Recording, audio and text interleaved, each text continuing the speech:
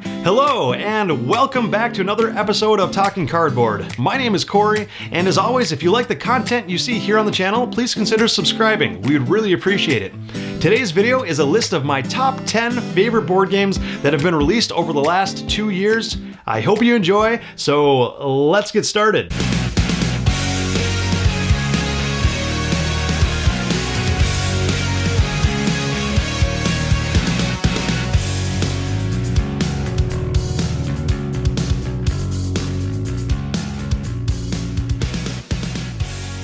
Okay, and like I said, today's top 10 list are my top 10 favorite board games that were released in 2019 and 2020. I compiled games from the last 2 years to kind of validate my list a little more. We are a smaller review channel, so we don't get a lot of games sent to us for free by publishers to review. So a lot of the games that we review are spent from money out of our pocketbook. So having said that, I did get 34 different games played over the last 2 years, and 32 other games. I compiled a list, and I'll put it in the show notes below, of 32 other games that may have squeezed onto this top 10 list had I played them, and that I'm very excited to try still.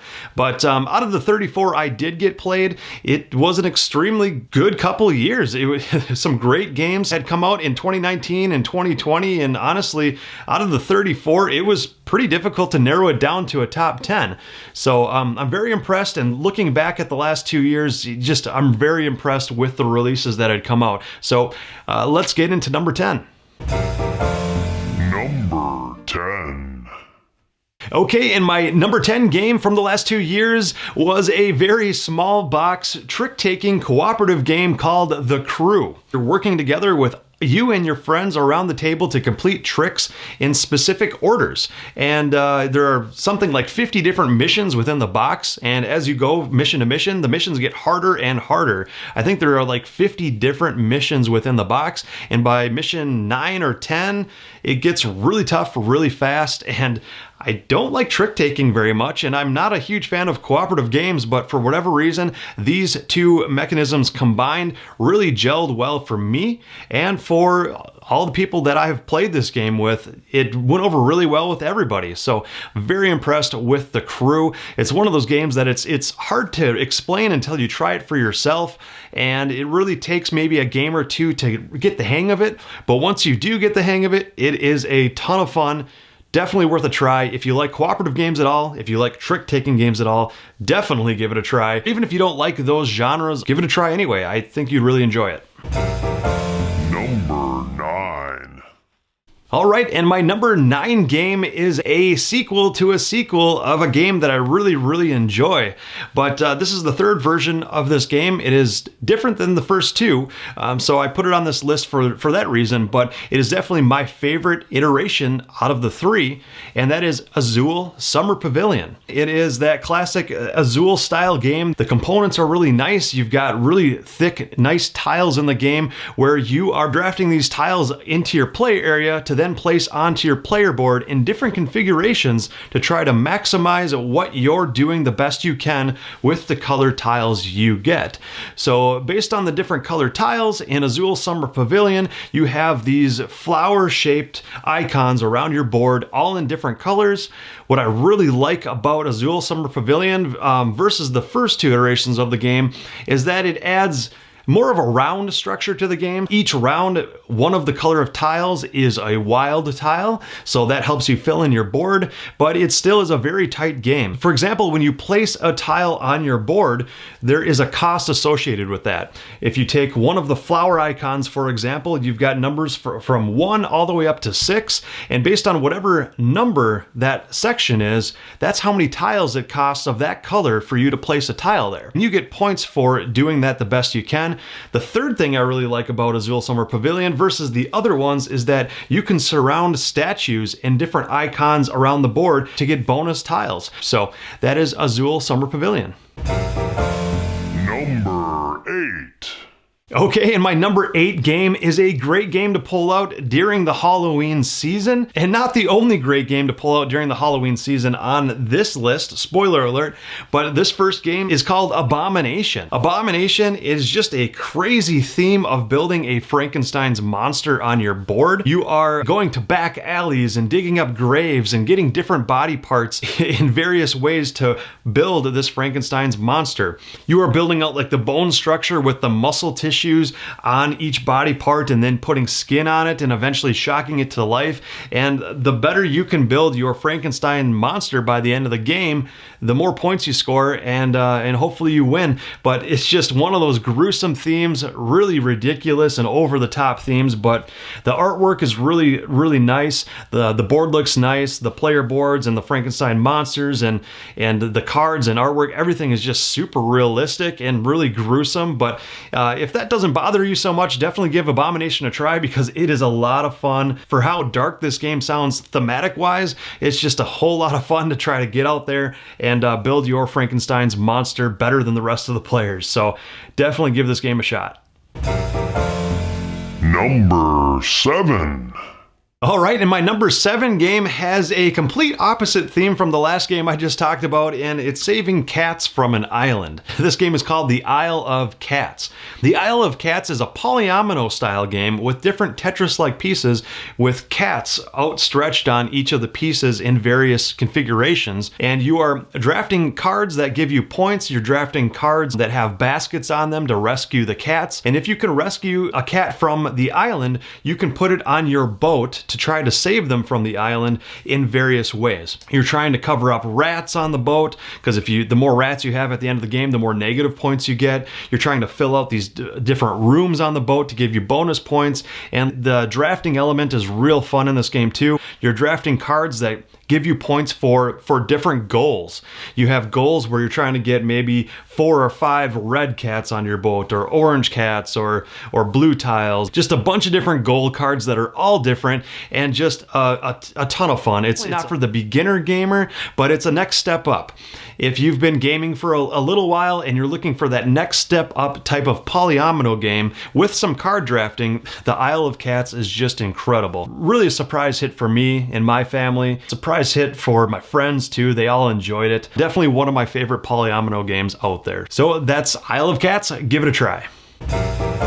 Number 6. Okay, and my number 6 game is the other Halloween themed game on my list. I know spoilers a little bit earlier alluding to this, but this game is completely different than Abomination. That was earlier on my list, where that was a competitive game. This game is actually a cooperative Halloween themed game called Horrified. Horrified, I have talked about it in a lot of my videos, and for good reason. Really came out of left field for me. I was not expecting this to be such a great hit for me and my group of friends, but it really was. Kind of a beginner level, gateway level game that really packs a strategic punch, because the really cool thing about this is you are going around the town to these different locations to collect items and to submit items to different locations to defeat these different monsters. And you've got everything from the creature from the Black Lagoon and Frankenstein's monster and his bride and all of the classic monsters in this game. And you can tailor this game to be as difficult as you want based on who you're playing with or the skill level of the players you're playing with. If you play with only trying to defeat one monster, it's really easy. 2 monsters, it starts to get pretty difficult. And if you go to 3 or even 4 monsters, it is just incredibly difficult to beat, but still possible. So just a fun game where you can really adjust the difficulty level, and the artwork is fun and light and kind of cartoonish, but with those classic monsters that you're defeating, it is just really worth it, and a very easy game to get enveloped in during the Halloween season. So Horrified, definitely give this one a try if you are a fan of anything to do with Halloween itself or monsters, or even a cooperative game. Like if you have been playing a lot of Pandemic, for example, and you want something that's a little bit different and to switch things up for some fresh replayability, it really warrants a try. So give it a shot. Number 5. Okay, and my number 5 game is one of the newest games on my list. It just came out recently, just got it played recently, but When we sat down to play, the couple different sessions I played it in, we just played game after game after game of it. I've played this game probably 4 or 5 times now, and I haven't had it very long, but it's got kind of an Indiana Jones explorer theme to the game, and this game is The Lost Ruins of Arnak. I know this game has been pretty well overly hyped, but for good reason. I have been really enjoying my plays of this game.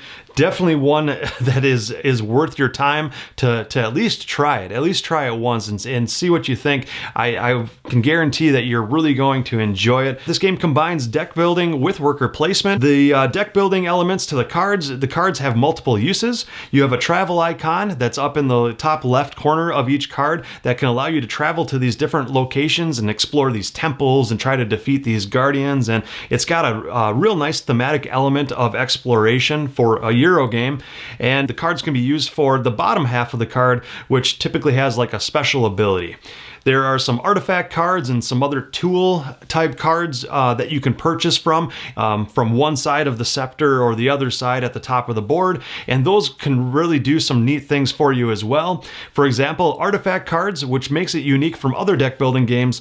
When you purchase an artifact card, you get to use the ability on it immediately before it's added to your deck. So you get that benefit right away, and then as it resurfaces later on in the game, you can use that ability again. The tool cards are more of just a classic type of deck building style where you're just adding it to your play area, shuffling it in, and then adding it to the bottom of your deck, so then those cards are drawn later. This game has been fantastic so far, and I'm very excited to see what else is to come for it.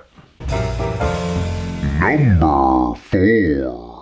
All right, and my number 4 game was really a huge surprise hit to me. It really came out of left field again and just grabbed me by surprise. It is another cooperative game, and I don't know what it is. Maybe in the last couple of years, cooperative games have just been getting better and better for me because I typically don't like them, but for whatever reason, like I said, there are a lot of these cooperative games that I have been enjoying lately.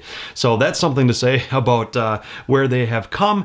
This one has a very famous IP attached to it. This is Back to the Future, Back in Time. Wow, this game was just a huge surprise hit to me. Just a lot of fun. You are traveling around to these different locations around town, rolling dice to try to complete these goals, to keep Biff at bay, and to keep George and Lorraine falling in love and not off track with that either. There are a couple different aspects to this game and different ways to win. You have to get the DeLorean ready for the lightning strike, and you also have to make George and Lorraine fall in love. If the family photo fades completely, you lose. So you want to keep that family photo intact, and you want George and Lorraine to still be falling in love by the time this game is over, because if they're not quite in love enough, or if the DeLorean isn't on the right path for that lightning strike by the end of the game, you lose. And all in the meanwhile, it's really neat because there's these Biff cards that tell you where to move Biff and different things that Biff does to cause havoc, just like the movies. So it's a lot of fun, very thematic. If you're a Back to the Future fan, this is definitely a game that go out and buy it right now, because honestly, you're going to love it if you're a Back to the Future fan. And even if you're not a Back to the Future fan, you may not like it as much, but you know, I don't consider myself a huge fan of it either, but this game just really surprised me, and it's just a fantastic light to middleweight cooperative game that you and your friends and family can really get to the table and enjoy wholeheartedly as you're working together to beat this game. And it's a very hard game at that. So you'll probably not win for your first 50 plays or so, but you might finally get a victory in. So it's a lot of fun and definitely a game to watch out for. Number 3. Okay, in my number 3 game, I know what you're all thinking. Where would this game show up on my list? It was the smash hit game of 2019, really took the world by storm, and won almost all the board game awards that 2019 could offer a game, and this game is Wingspan. Wingspan, just an incredible game. I've had a ton of fun every time I've played it. I have the European expansion. I just got the Oceania Birds expansion for it as well. Haven't got that to the table yet, but even without the expansions, this base game is just incredible. It is a engine building game where you're trying to lure birds into your conservatory to give you benefits. You're building out a tableau of cards in front of you, and the better you can do that, the more combos and actions you can do with those birds to try to score the most points by the end of the game. There's an action to lay eggs, so you're laying eggs on different bird cards. Some birds cost eggs as a part of their cost to get them to come to your conservatory and give you the benefit of them on your board. There is a resource management level to this game where you're trying to get the right resources to pay for the cost of birds as they're coming in as well. The really fun part about this game is that you've got 4 really simple actions on your player board. The more you get the birds to come to those different sections of your board, the better that action gets. All the bird cards in this game are unique. There's not a single one that is the same. They all have a fun fact about that bird on the card. The artwork is beautiful, the presentation is beautiful, the components are beautiful. Everything about this game is beautiful. And it can really bring gamers and non-gamers alike to the table. Just a ton of fun. If you haven't heard of it, well, now you have, and it's one just to go out and buy. So that is Wingspan. Go out and buy it. Number 2. All right, and on to the cream of the crop now. My number 2 favorite game that was released within the last 2 years, and it is a 2-player only game. Surprisingly, 2 players only, but it's just a fantastic game. Have had a lot of fun every time I've played it, and this game is Skulk Hollow. In Skulk Hollow, one player is taking on the role of the Foxen heroes. As they're playing cards down, they can summon fox heroes onto the board, and you can tactically maneuver them and combat them against a giant guardian, which the other player takes the role of. So one player is playing a giant guardian that is going around the board and trying to defeat all the little fox heroes, and the other player are taking those fox heroes to try to jump onto the giant guardian and defeat all the different limbs of the guardian. The more different body parts you can take down from that guardian, the weaker and weaker he gets up until you can defeat it. First person to defeat one or the other wins the game. The person who is playing the giant guardian has a different goal depending on what guardian they choose to be. So it's got variable goals on how they win the game, which makes it a lot of fun and really fresh to play every single time. The Foxen heroes, it's pretty much the same every time for them, but depending on what cards come up, you can tactically play them in different ways and strategize against varying opponents depending on what they choose to do. If you like tactical strategy games, combat games, the mano-a-mano 1v1 style game, this is just a ton of fun. I have a Magic the Gathering background and some of the other competitive card game background as well, and if you want that similar feel to that 1v1 defeating your opponent feel, but it given a board and more of a tactical spatial element of actually moving components around mixed in with card play, then this game is definitely for you and definitely one not to look away from. Give it a shot right away. You will love it. Number 1. All right, and finally, the moment you've all been waiting for, my number 1 favorite game released within the last 2 years, and just got it to the table recently, a brand new game, but really took me and my friends by storm. Just incredible. By the looks of it, it doesn't look like much. It's easy to write it off just by, if you were to look at the artwork or look at the board or kind of read about it online or even seeing it played online, it really doesn't do it justice. It didn't really do it justice for me, but it got a lot of hype, a lot of buzz, a lot of great reviews, so I had to buy it and try it for myself, and I'm very glad I did.